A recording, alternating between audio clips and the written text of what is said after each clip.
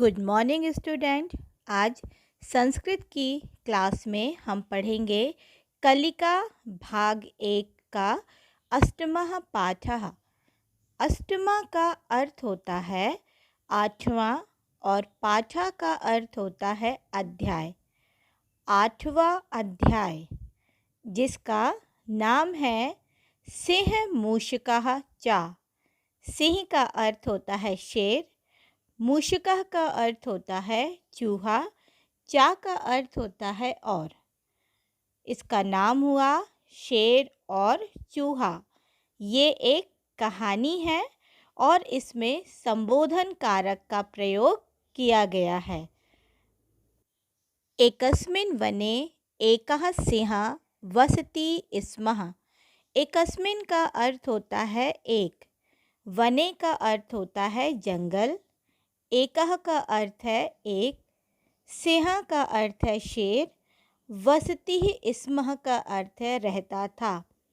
हिंदी में अनुवाद हुआ एक जंगल में एक शेर रहता था। एकदा सः सिंहः वृक्षस्य अधः सुप्तः आसीत्। एकदा का अर्थ होता है एक बार, सः यानी वह, सिंह शेर, वृक्षस्य पेड़ के, अधः अधः का अर्थ होता है नीचे, सुप्तः सुप्तः का अर्थ होता है सोया, आसीत का अर्थ है हुआ था। इसका हिंदी में अनुवाद हुआ एक बार वह शेर पेड़ के नीचे सोया हुआ था। अकस्मात् एकः लघु मूषकः तत्र आगत्य। अकस्मात का अर्थ होता है अचानक, एकः का अर्थ है एक, लघु का अर्थ होता है छोटा, मूषकः का अर्थ है चूहा, तत्र का अर्थ होता है वहाँ, आगत्य का अर्थ होता है आता है। अचानक एक छोटा चूहा वहाँ आता है। तस्य शरीरे इतस्ततः आनृत्यत।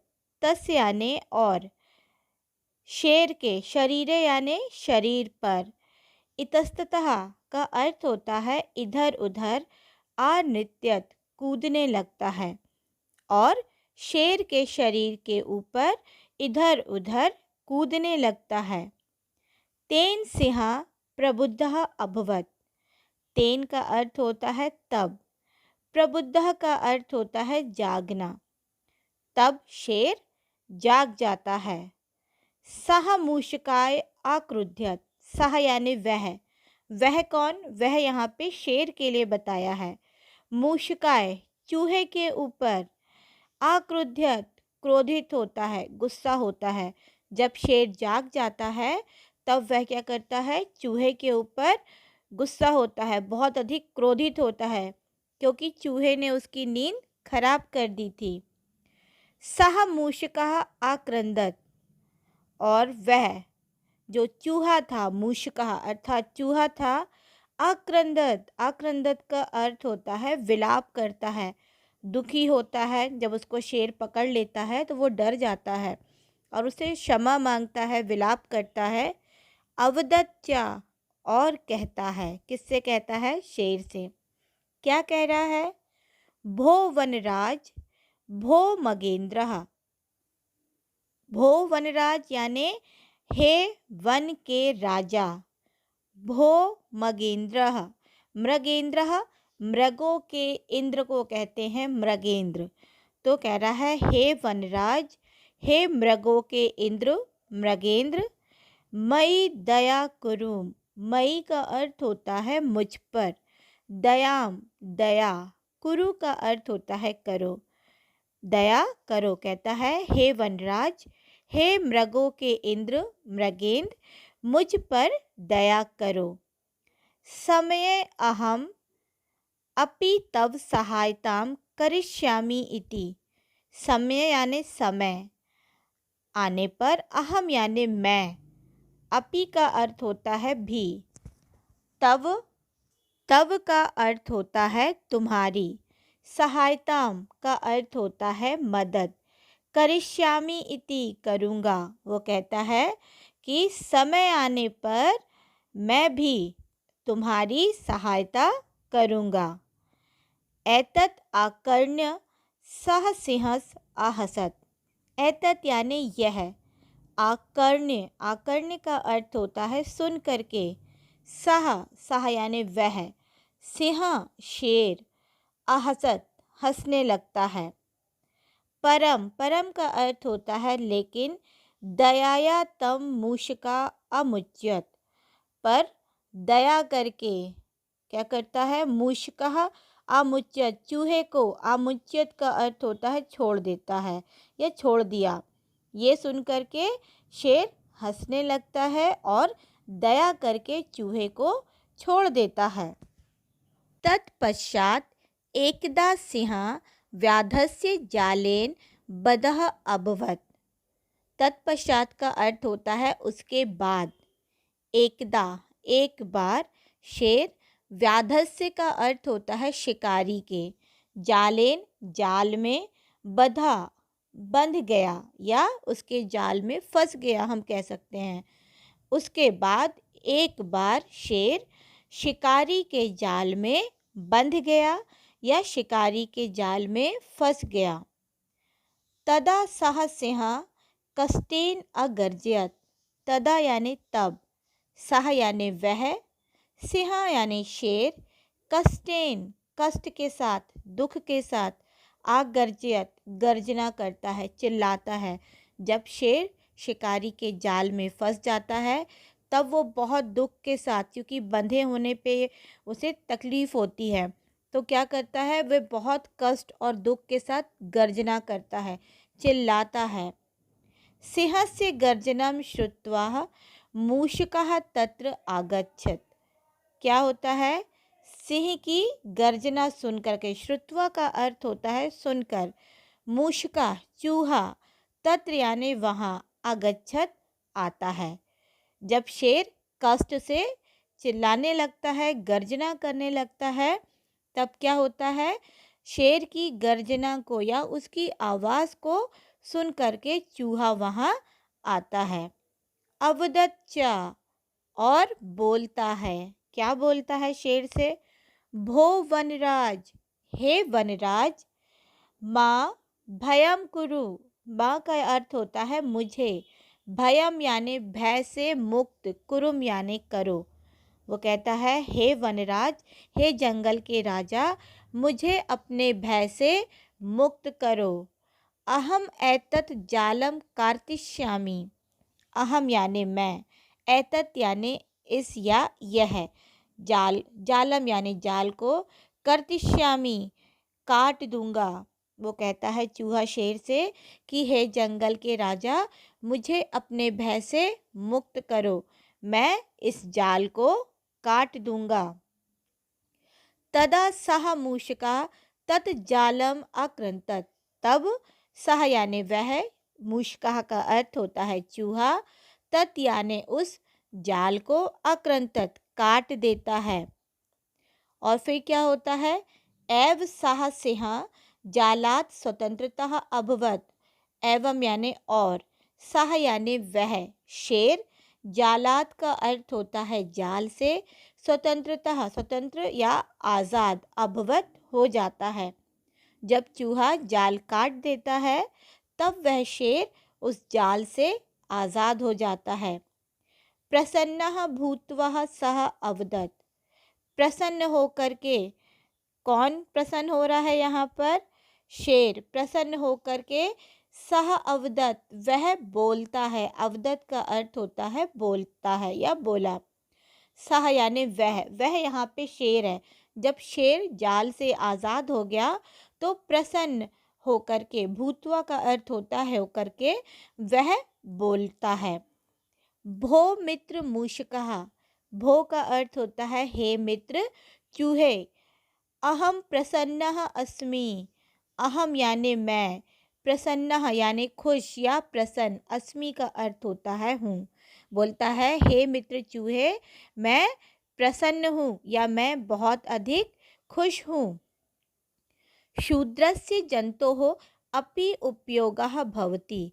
शूद्रस्य का अर्थ होता है छोटे का, जंतु यानी जंतु का, छोटे जंतुओं का, अपि यानी भी, उपयोगः भवति उपयोग होता है। हम कह रहा है कि छोटे जो जानवर होते हैं, छोटे जंतु होते हैं, उनका भी अपना उपयोग होता है। हमें कभी किसी को नीचा नहीं समझना चाहिए। एतत् अहम अग अवगच्छामि बोलता है यह मैं अब अच्छे से समझ गया हूँ। क्या समझ गया? कि छोटे जंतुओं का भी उपयोग होता है। इति इसीलिए कहा गया है परस्परम दया भावः श्रेयस्कर भवति।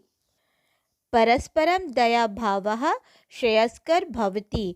परस्परम का अर्थ होता है परस्पर, दया भावः यानी दया का भाव, श्रेयस्कर श्रेष्ठ होता है या कल्याणकारी, भवति का अर्थ होता है। इसीलिए कहा गया है कि परस्पर दया का भाव कल्याणकारी होता है। हमें अपने से छोटों के प्रति हमेशा दया की भावना रखनी चाहिए। उन्हें कभी अपने से छोटा या ये नहीं सोचना चाहिए कि ये किसी भी काबिल नहीं है। जिस प्रकार उस छोटे से चूहे को शेर ने दया करके छोड़ दिया था और वो उससे बोलता है कि तुम मेरे किस काम आओगे, लेकिन जब शेर जाल में फंस जाता है तब वही छोटा सा चूहा जाल काट करके शेर को आज़ाद कर देता है। इसीलिए इसमें कहा गया है कि जो छोटे जंतु हैं या जो छोटे लोग हैं उन सब का भी अपना उपयोग होता है। समय आने पर कभी ना कभी वो भी हमारी सहायता करते हैं। इसलिए हमें कभी किसी को छोटा नहीं समझना चाहिए और हर एक के प्रति दया का भाव बनाए रखना कल्याणकारी होता है। इस पाठ से संबंधित अभ्यास करेंगे हम। पहला प्रश्न है, निम्नलिखित प्रश्नों के उत्तर संस्कृत में दीजिए। हमें जो प्रश्न दिए हैं उनके उत्तर संस्कृत में लिखना है। पहला है, लघु मूषकः किम अकरोत्? छोटे चूहे ने क्या किया? इसका उत्तर है, लघु मूषकः जालम अकृन्तत्। छोटे चूहे ने जाल को काट दिया। जब शेर क्या हो गया था, जाल में फंस गया था, तब उसने उसको जाल काट करके आज़ाद किया था। तो इसका उत्तर है लघु मूषकः जालम अकृन्तत्। दूसरा प्रश्न है, कः सिंहः स्वतंत्रम अकरोत्? किसने शेर को स्वतंत्र किया या आज़ाद किया? तो कहानी के अनुसार चूहे ने शेर को आज़ाद किया था। तो इसका उत्तर हम लिखेंगे, मूषकः सिंहम स्वतंत्रतम अकरोत्। चूहे ने शेर को आज़ाद किया। तीसरा प्रश्न है, मूषकः किम श्रुत्वा तत्र आगच्छत्? चूहा किम का अर्थ होता है क्या, श्रुत्वा का अर्थ है सुन करके, तत्र का अर्थ होता है वहाँ, आगच्छत् आता है। चूहा क्या सुन करके वहाँ आता है? तो चूहा शेर की आवाज़, उसकी गर्जना सुन करके आता है। तो इसका उत्तर है, सिंहस्य गर्जनम श्रुत्वा मूषकः तत्र आगच्छत्। शेर की गर्जना सुनकर चूहा वहाँ आता है। चौथा प्रश्न है, सिंहः कुत्र वसति स्म? शेर कहाँ रहता था? तो शेर जंगल में रहता है। इसका उत्तर लिखेंगे हम, सिंह वने वसति स्म। शेर वन में अर्थात जंगल में रहता है। आखिरी प्रश्न है इसका, मूषकः सिंहम कथम जालात् स्वतंत्रतम अकरोत्? चूहे ने शेर को कैसे जाल से स्वतंत्र किया? इसका उत्तर लिखेंगे हम, मूषकः तत् जालम अकृन्तत्। चूहे ने जाल को काट कर एव सह सिंह जालात् स्वतंत्रतम अकरोत्। चूहे ने जाल को काट दिया और वह शेर जाल से आज़ाद हो गया या जाल से उसको आज़ाद कर दिया। मूषकः तत् जालम आकृन्तत्। चूहे ने जाल को काट दिया एवं सह सिंह जालात् स्वतंत्रतम अकरोत्, और उस शेर को जाल से स्वतंत्र कर दिया। प्रश्न नंबर 2, संस्कृत में वाक्य प्रयोग कीजिए। यहाँ पर हमें संस्कृत में कुछ शब्द दिए हैं और उनका हमें वाक्य बनाना है, अर्थात हमें सेंटेंस बनाना है संस्कृत में। पहला शब्द जो दिया है वो है मई। मई का अर्थ होता है मुझ पर। यहाँ पे हम जो वाक्य बनाएंगे वो है मई दयाम कुरु, यानी मुझ पर दया करो। दूसरा शब्द है तव। तव का अर्थ होता है तुम्हारी।